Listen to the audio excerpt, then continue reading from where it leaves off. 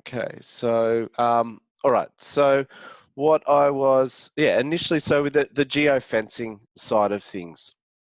Yep. So what I'll do is I'll run through the setup itself. Okay. So it can be done in two little areas. So either globally for your location, Yep.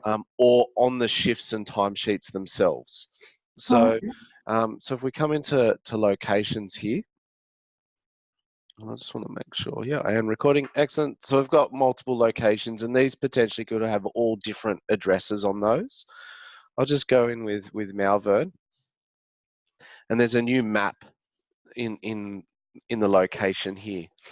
And so it will show up where you can enter your address. Mm-hmm. And so it comes up with a Google search. So by default, don't be put off. It does go to US address at the moment. But you just start typing in your location that you want. And then you put in your radius. So that might be 50, and it'll expand sort of meters on what area that people need to be. Now, just be aware, you may need to sort of play with that a little bit. I was actually sort of testing it, the other day, and my desk is like here in the office.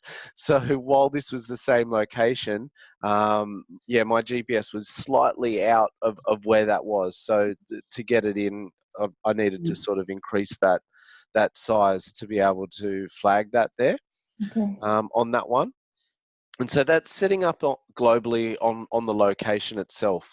Now, if you have it set up and you want to turn it off on the location, you can use that clear button that just turns off geofencing for the location, and then you can add it back in. So once it's set up with that location, using the clear and add just turns it off.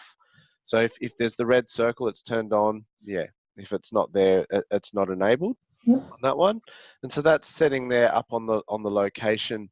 And then if you come into the rosters themselves, and you can also do this on the timesheets, but typically you're doing the locations when you're doing your rostering where people are clocking on and off. So if we have a look at the map on this one, it's got that location here, and because this day's already happened and I've got start and end times, I can't change that location for that geofence. But with future shifts on the map, I can still change this location, so I can have it as a slightly different location depending on where that shift is. So it might be someone is starting out on another site just for that particular shift, but normally they're on that main location. Sorry about that. So you can set that one up. Or if you know someone's working out of the office that particular day, you could come in and actually clear it just for that particular shift itself. So you can preempt that, oh, I know this person's working off site and they're going to have issues clocking on their app. So I'll clear it for this particular shift so that geofencing doesn't happen. Do the managers or whoever need access to be able to do that? They'll need just the appropriate access within. Yeah, if they've got access to do shifts and rosters, like timesheets and rosters, they'll have that ability to get in and change that geofencing on that one. And so if we open up the app here, and of course, sorry, always technical issues when I broadcast my app.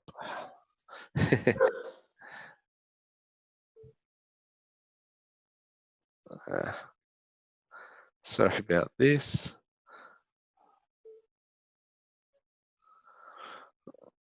Okay, so that'll connect up.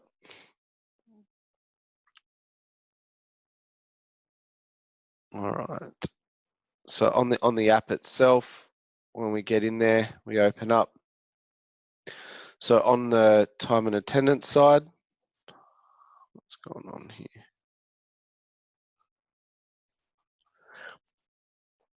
When I start a shift, so this is the one with the location slightly different. So I'm outside of that geofence here. So down further is where that location is. So you can see on the map where I should be. And this is actually where I am clocking.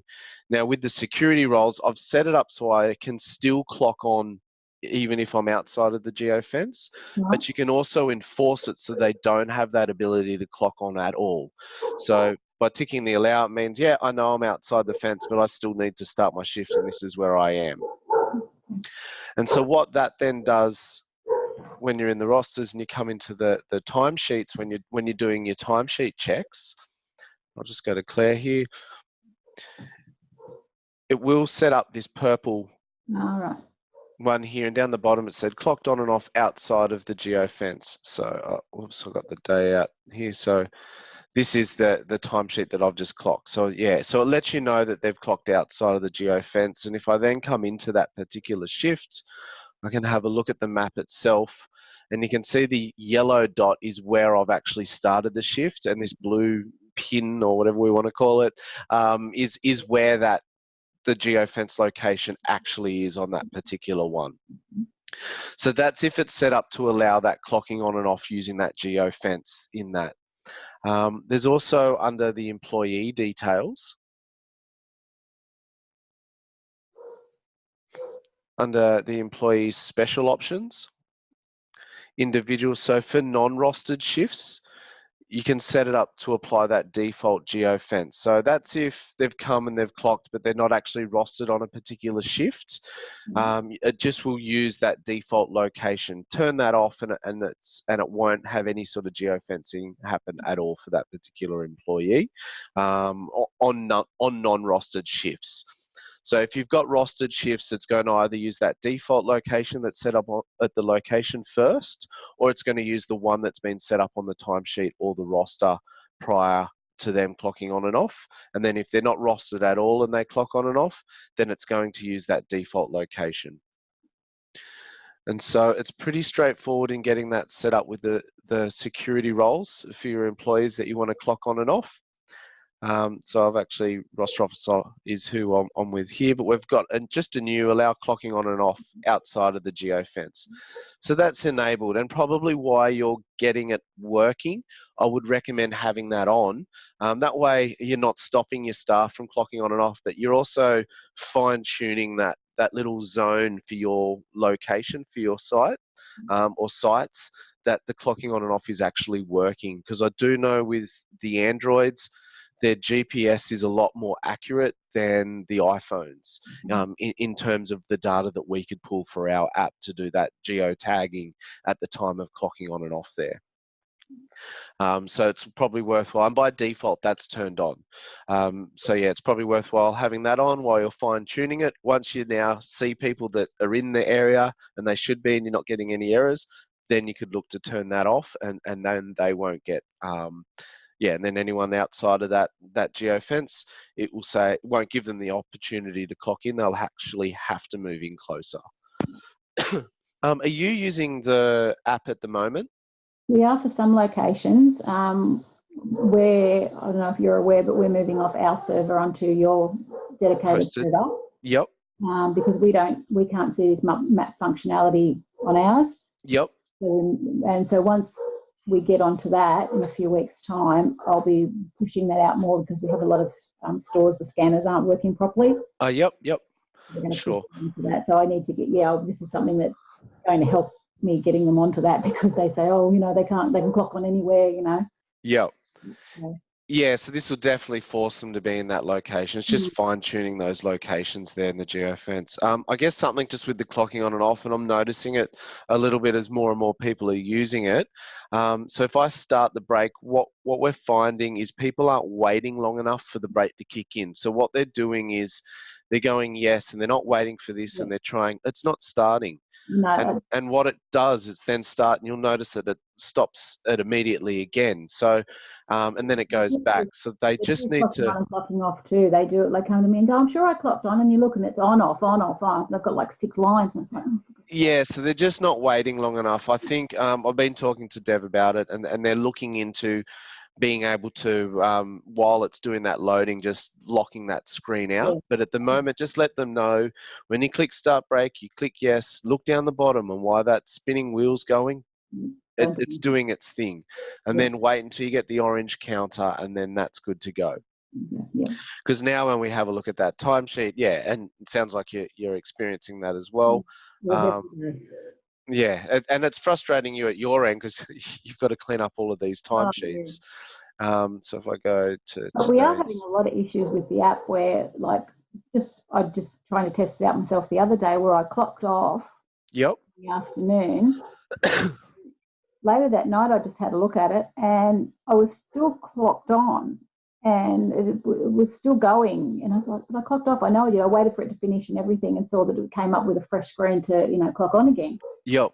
But in clock on the next morning, it had clocked me off at the time I said I'd clocked off. But the app was still showing. The app was still doing weird stuff, yeah. And a lot of people come to me and say, oh, the app didn't clock me off. I'm here, I clocked off. And you look and they have actually clocked off. Yeah, maybe let us know on that one. Send that through to support. Because typically it's because of that clocking on and off there on that. That's typically the issue there. But it sounds like that might be something else going on with yours.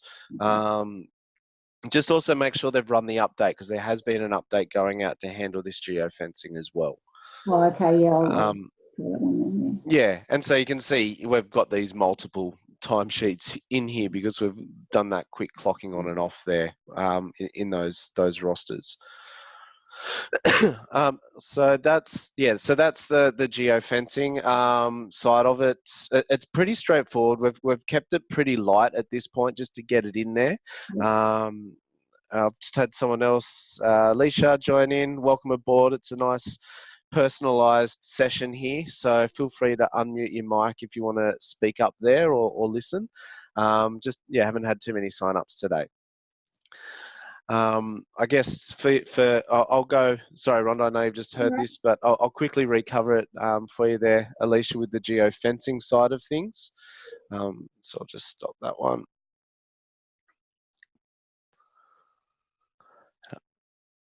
All right, so there's two places where you can set up that geofencing under location. Select your location, and under the map, we can set up where that default area is and that radius is there. So it'll be just a little bit fine tuning on your radius on that. So it is the radius as well. So it's sort of like, is it diameter? I can't remember my math. Yeah, so the diameter would be 50 meters here in this case. So it is just that radius on that one. And so you set this up locally. If you clear it, it will just turn off geofencing for this particular location. And you can turn that back on. And it's not turned on until an address is put in there. And then under the rosters, you can enable geofencing specifically for a specific shift. Or if you wanted to, you can turn it off for a specific shift. So if I just navigate to the next period, Claire here on Monday, she might be working out of site and I don't want that geofencing default turned on for this particular shift, so I'll just turn it off because I know she's going to be working somewhere else. So that'll make sure on Monday when she clocks on, no matter where she is, it'll start that time there. And then we've got here when I stop the shifts, it should tell me, so I'm now still outside of that geofence location, but using the security roles, I'm still letting people clock on and off when they're outside of that geofence. So they should be here, but using the security role, I can enforce them to not allow, and they'll need to walk down the street and clock on and off down here, down near the Caltex in our case, as opposed to up here. But I am allowing that to clock on and off outside that geofence. And if that's the case, when you do get into the timesheets, it will notify you on that timesheet that someone's clocked on and off outside of that geofencing location. It'll come up as a purple timesheet saying clocking on and off outside of that geofence. So when you do go in and have a look at that map to see where they are, it's going to show you that that's where they should have been, but this is where they've clocked on and off. On the side of the security roles, so we do have under here where we allow clocking on and off with the outside of the geofence. So you can turn that off and that will enforce it. While we're here in security roles, what I also see often done is, you've got your permanent staff and you've got your casual staff. So quite often they'll set up, say, their casual as employee restricted, and most employees, when they get set up in the system, will be on employee restricted already. So they'll set their casual on employee restricted and permanent on, say, employee.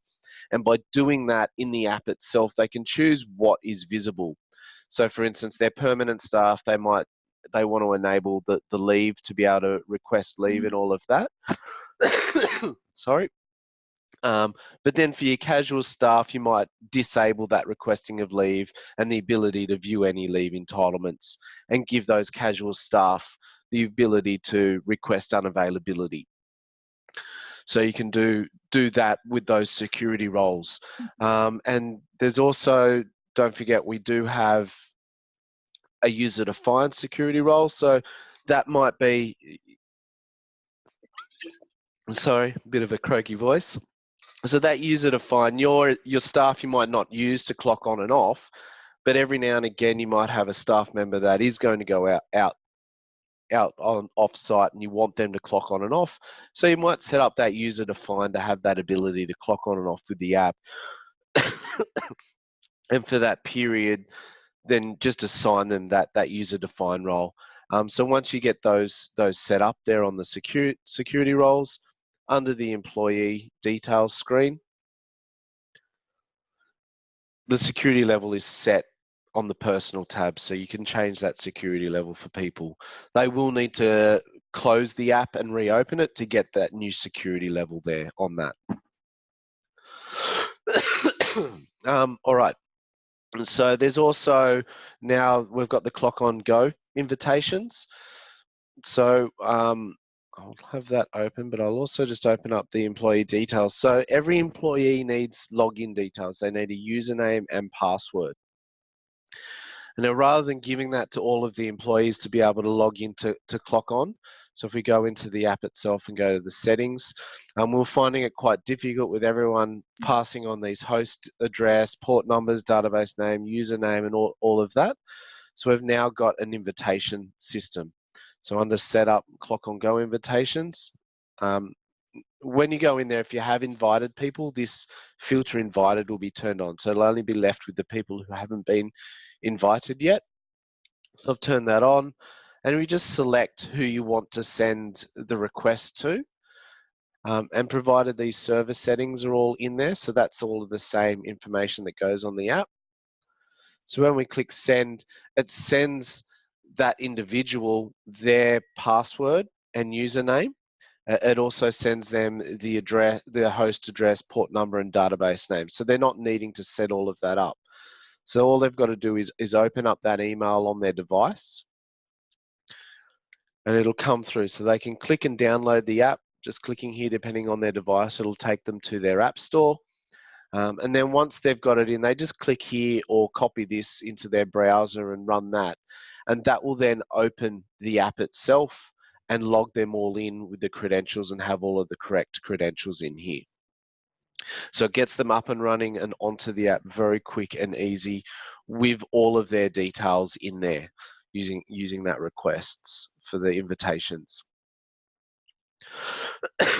All right, so just a quick sort of run through on the app itself. So the attendance here, you can turn on and off these functions, so whether they've got the ability to clock on and off. And we've just got a bit of a dashboard of the most recent messages that have come in, and also their current roster shows up here as well. If you come through to the menu and we click the rosters, it opens up the rosters, but also going to the menu, if I want to refresh that screen, just come back to the menu and click on the rosters again, and you'll see it loads it. So it's not constantly checking, talking back and forth, so it's not using a lot of data. But when you open the pages, that's when it quickly looks at the database to pull that information. So you need to make sure that the employee is online. And I should have mentioned that before. So if I just change here and go into airplane mode, you'll notice I get this warning symbol in the top right-hand corner. So I can still start my shifts and it will clock it, but it's not sending it directly to the database. So this is the offline mode. It still knows what that last setting was. And this is what I was saying before, you might need to play with your radius here. So my office, while it's the right location, the office I'm sitting in now is like just outside of that 25-meter radius. So it is still storing that information from the last time it was connected in there. However, it's not pushing it because I'm offline to ClockOn yet. So if they are somewhere where there's no data around, they can still clock on and off. And then when you do get the data back, so I'll turn that back off. And now when they go back into ClockOn, it'll take a little bit longer to open up, but it's going to send out those start and end times to the timesheets. So it will push that information through to the timesheets. So the offline mode will allow you to still clock on and off, but when it is in offline, you're not going to be able to have a look at your rosters or messages or timesheets and that sort of stuff. Messages probably, but timesheets and rosters and payslips, because it needs to check that database to get that information. So on the roster screen, we've got here all different colored dots. When we click on the page, it tells you what the start and end of the shift is, their location, and what their role is. The color is also the role that they're on there. The little black dots are the unavailabilities that have been put through to the system. And then you've got the little blue circle, which is today's date. You can slide through and check future rosters and go back, and it holds the past couple of rosters in there as well. So that's how they can quickly see their rosters. Also the timesheets, it's going to look at the same timesheet range that you look at as a manager in here. So it's really the timesheets of the up and coming payroll in there. So they can check to have a look at what their timesheets are. Now we've got in the timesheet, we've got the date, what that shift is, and then we've got the actual time. So that's this particular shift here on the Thursday. So we've got what they were rostered and the hours that they've clocked. It's got their role, the department, and the location, and any general notes. So if I open up this timesheet here, you can see we've got the general notes in there, and the shifts and the actual times and all of that information with the roles all come through on those timesheets. But also as we scroll down, if they've got any leave in here as well, it'll also show those leave. You can turn on and off the filters. So if they just want to see what those leave entries are for that particular period or any up and coming period, they can have a look at what leave has been approved in the future as well.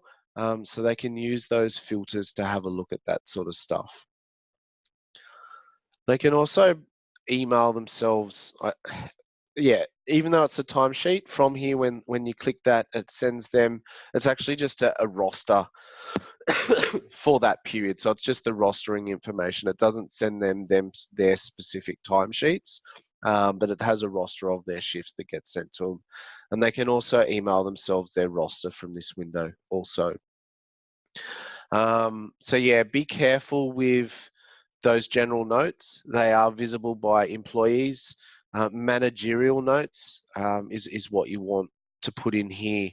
Now we do have, if you are heavily using general notes and coming onto the app and you don't want them to see what's in those general notes, again, under the security roles, we do have that ability now for the timesheets to turn off can view notes. And so you can turn off their ability to see those general notes as well. They can also view their payslip. So every time you process payroll, there's a little highlighted section just before you press that process button that says notify employees.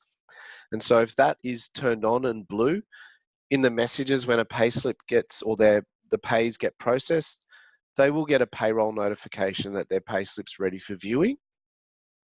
And when they get that notification, they can come into their payslips and they can see some basic information about their payslip.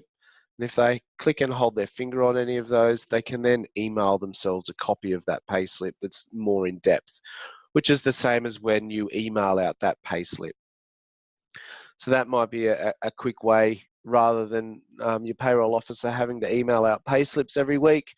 You can say, yep, they need to go here. You'll get notified and they can view what they should be paid. And if they want more in depth, just email that out and that email will come through with the pay advice here, and they can open up their payslips. And so they can view it from their phone or wherever they get their emails. On the profile information here, if they've got the ability, they can edit basic personal, so phone numbers and email addresses on there. And also, if they've got the ability, they can view their leave entitlements as well from the app. The unavailability, this is just showing the unavailability that has been put into the system. So if I go a bit sooner. So if we come into the employee details, this unavailability listing that's in here is the unavailable roles that have been added into the unavailable tab. And from the messages, you can actually request those. So as an employee, if under the messages, we can send in messages. So an employee message, that's just a normal message, might be,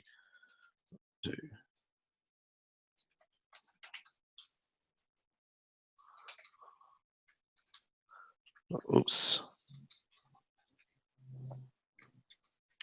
something like that. You might request that, if they forget to clock in or there's some sort of change with that they need to send a message. And so that's just a straight up employee sent through to the message center in ClockOn.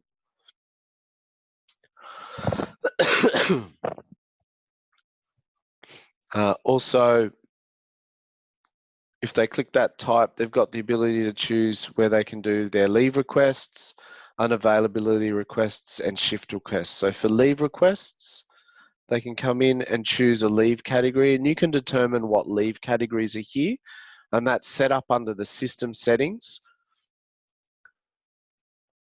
in ClockOn under the categories here, and it's the employee can book functions. So if I go statutory, so provided that's ticked, it will be one of these categories in here that they can request in the system. And at the moment, I've got it set up just as whole days, not hours. You can also enable them to request for part days and hours here and there. I find normally just starting people off with requesting whole days off is a bit easier. Sometimes, yeah, having to also do the start and end times of their shifts can be a bit confusing. So what we'll do is I'll just request leave. So we'll go 13th. And I'll go to the 26th.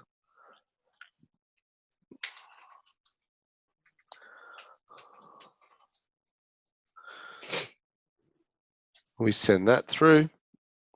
And so that then sends that leave request through to the message center.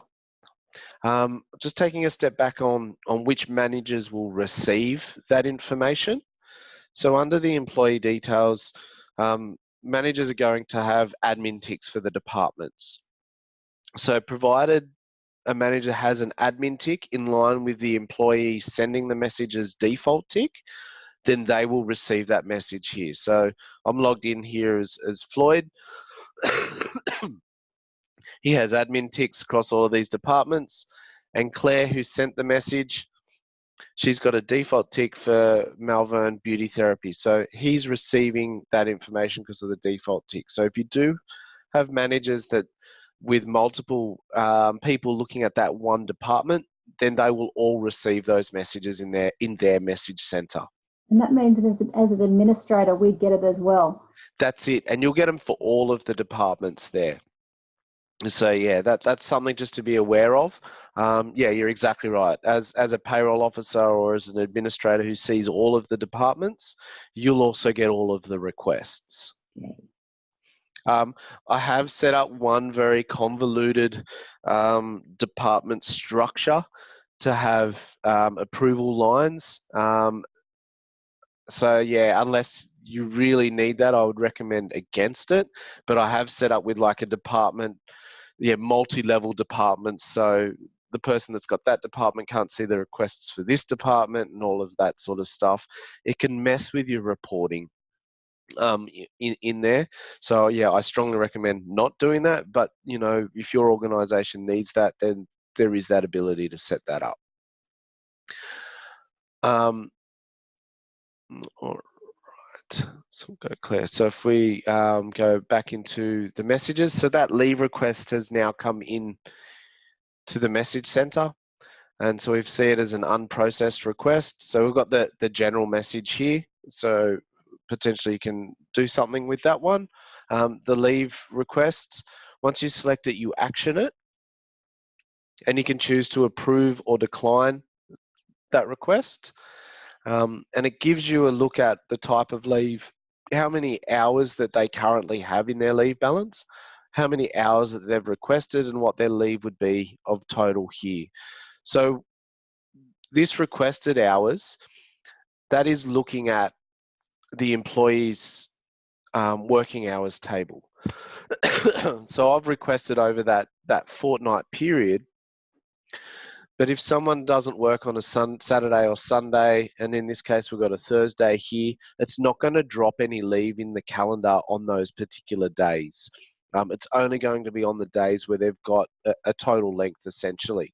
So it means that they can request a month off, but it's not going to put leave timesheets on your Saturdays and Sundays. It's going to look at this working hours table when it puts that leave in. So maybe before you do that leave request, at least get something like this together of the employees, I guess, regular hours. And if they don't sort of have regular hours per se, make them the length of what a leave entry is. And so if they normally take leave and it's an 8-hour day, then you'd want to make these to be 8 hours as opposed to the 7.6-hour day. So that's how it's finding that information. And so once you then, if you're choosing to approve it, you can put a general note. So maybe approved by who approved it. That way you know which managers approved it.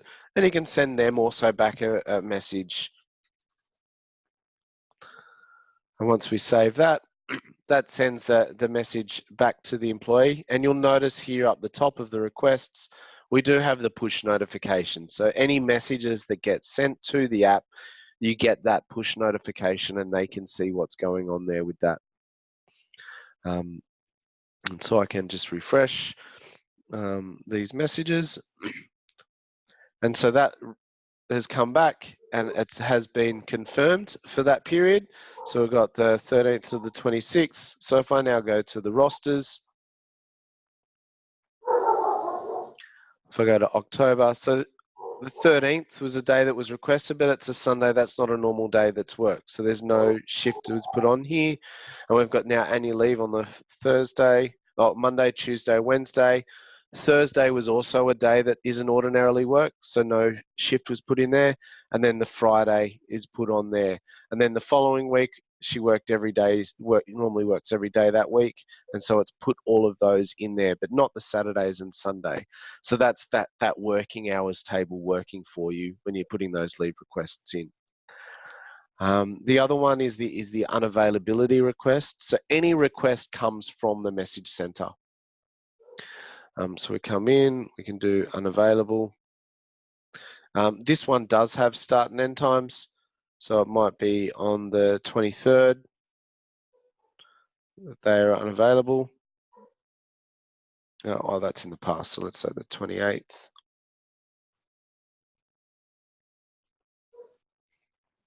And set their time. So it might be from maybe 9 a.m. This little window here will be dependent on what device. Mine's the Android, so it just pulls their default time setting here on that. And then they can put in why they're unavailable.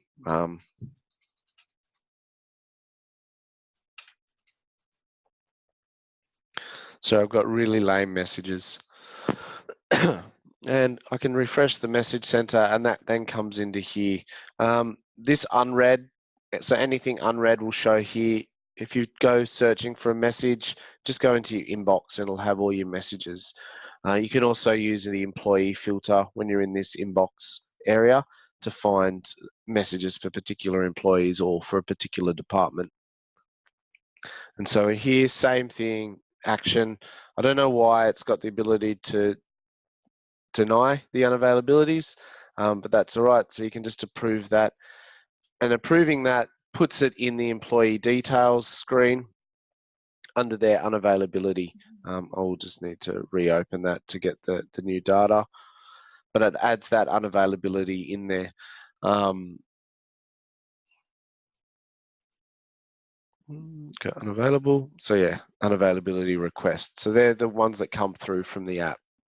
And so that adds that into the screen. Also with the message center, you can send messages out to employees. So you just choose who you want to send that message to. You can choose what sort of type for filtering purposes, and can put in whatever sort of subject on that, on there. You can also choose a response. So if you need to get some sort of confirmation back. So one that I've seen,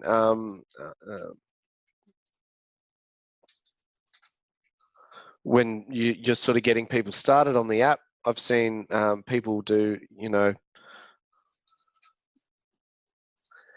if they've installed the app, to please confirm, and then they're forcing a confirmation on that. And so they're sending that out to everybody who, so so then they'll get a list of confirmations back, and they've got to confirm when they open it, and that'll send back a confirmation message that they've received the app. So then, new people that are going in, they can see who's started getting the app installed and who hasn't. And you can also do a confirm or decline request on that.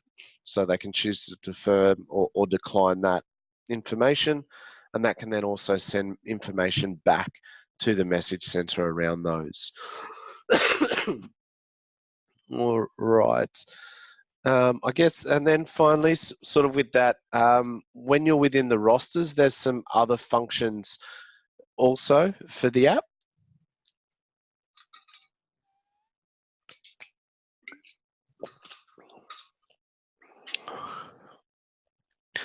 So in the rosters, if I navigate to the future, and let's say this particular shift is an unassigned shift here, and I'll just save that. So when you right click on the shift, you can broadcast. And so that's going to send a message to all the employees. So in this case, it's Claire and Ian, because they're who have that role assigned to them.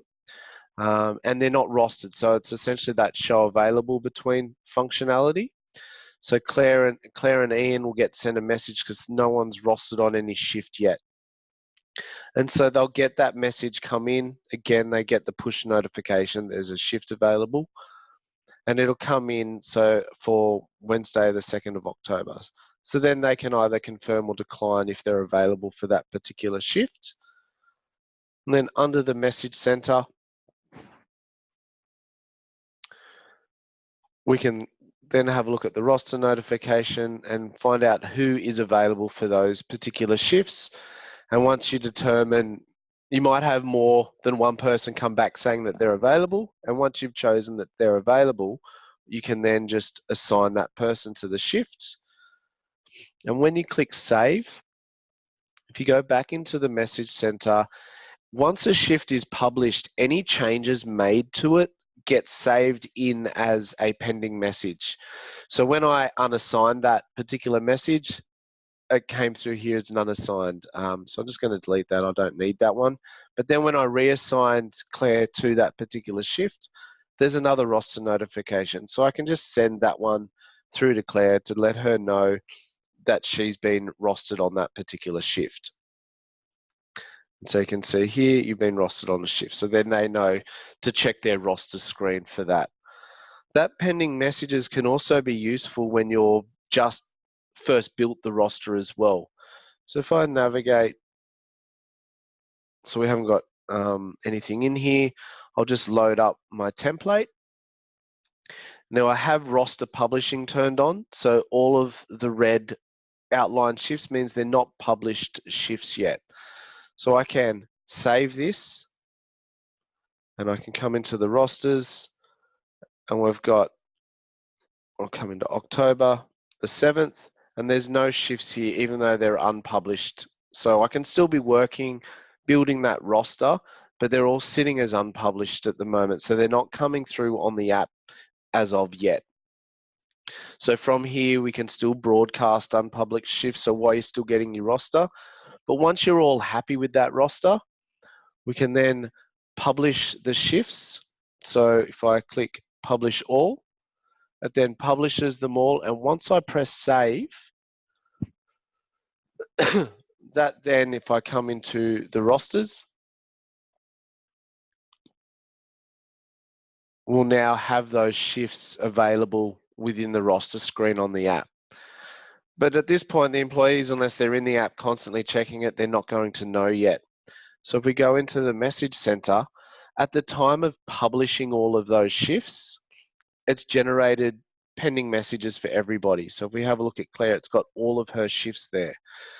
While the rosters are in unpublished mode and you're making changes to those shifts, none of these messages are being generated. It's only once those shifts are published, which means it's now available on the app. It means that they've got timesheets ready for employees to clock against. That's when we start getting these messages. So if you cleared that out before you publish, and now I can select all and send that, it lets everybody who's rostered in that week know by sending a message that they've been rostered on shifts, and they can come into either their messages and see that particular message that's got the list of shifts here, or they know to go to either the timesheets or the rosters to view all of those messages there. And that's pretty much it in a nutshell. Any questions there around that? Can you just run through where, I know it was a few webinars or whatever ago when you had the publishing shifts, where you had to turn that on? Yep. So that's under the system settings and under rosters. So there's publish rosters. So once that's ticked, it means you've got that ability to publish shifts on there. And so any new shift added will be unpublished. Secondary to that, under the security roles for publishing shifts, what you can do is you might have a manager that you want to build the shifts, but you want to overview it, or you might have, like a supervisor setting the rosters up, but then a manager needs to approve that roster before it goes out. And in that case, under the rosters section, there's a can publish functionality. So, so what that does means I can go in there, I can edit and manipulate the rosters, but I can't publish the rosters. Even when a roster is published, I can still then make changes to it, but I can't change that state from being published and unpublished. Mm-hmm. So yeah, you can have that extra level also within the security roles. I guess one thing to be careful, probably the most common mistake with those published shifts that I see is when you're doing like a split shift. I don't know if you use the split shifting functions to do if someone leaves work early unwell. So if I was to right click, shift and split, it puts that second half as unpublished. So if I go timeline with Zoom and come back, it doesn't always show the unpublished part of it. So you just need to remember, where are we? So you just need to remember to publish that second part when you split it, because any new shift that gets added will be unpublished. Any new roster or template that gets loaded will be unpublished. So again, if I just add a shift, it will be unpublished there. You can either publish all here or publish selected, or you can right click on shifts and you've got publishing functions. There's also some other filters where You can view just unpublished shifts. So these are the left shifts that I need to publish, or only published shifts as well. So you've got that ability to view both of those with the published shifts.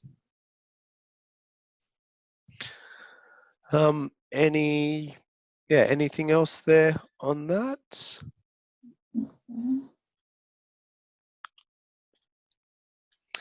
Excellent. Thank you so much for that. Was there anything else you had any questions while we're here? We've still got sort of 15 minutes. Happy to finish up early, or you've got the floor. There's only Alicia here with us. So yeah, if you've got any other questions, any other things you want to check out, yeah, shoot. I remember what I've got so many. All good, not a problem. I did just send a link there for a feedback form. So if there's any sorts of topics and things that you want to cover in the future, please let us know on that one. That's just in the chat down the bottom. Yeah, look, the app's it's pretty straightforward. Again, when you're getting your staff on there using it, that biggest thing that I see is the stop shift. Yes, oh, it hasn't stopped, so I press it again, and it does that double function of stopping and starting and doing it all in one go there. So you just got to get them to stop.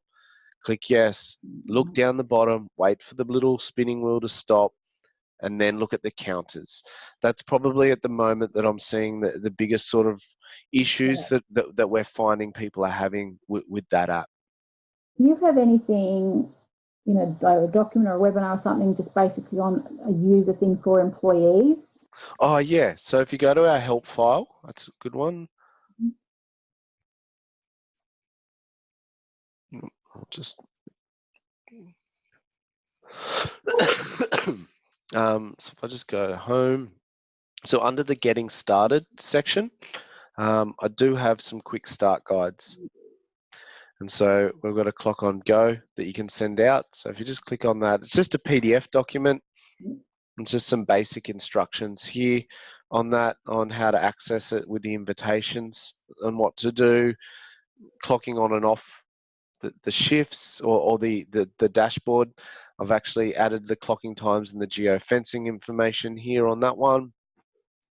Viewing rosters, messages, yeah, timesheets, the Payslips, and editing personal details. So yeah, so this document here on the quick start guides, I'll just add that link to the chat. So you'll be able to get to that. So that one's got that. We've also got one for the web portal if you're using that web portal as well. The web portal, if you want the ability for the employees to change their passwords outside of ClockOn itself, like the back office product, you will need the web portal for them to do that and give them the appropriate security roles to be able to update their email password, which is the password for their pay slips, and also their login passwords too. So that's within the web portal. All right, excellent. Thank you so much for your time. Thanks both for joining. I knew it was going to be sort of a small number. I didn't have too many people register this time. Next webinar, I'm looking to cover payroll adjustments and the allowance manager seems to be a big thing. So that's sort of the plan for October. That'll be around the 16th of October. So I should be back on schedule in trying to do that on the second or third week of the month. Okay, great. Thank you. Excellent. Thank you so much for your time. Have a great day. I, again, really appreciate you joining me for the session. Thanks a lot. Not a problem at all. And you have a great day. Bye. Okay, bye.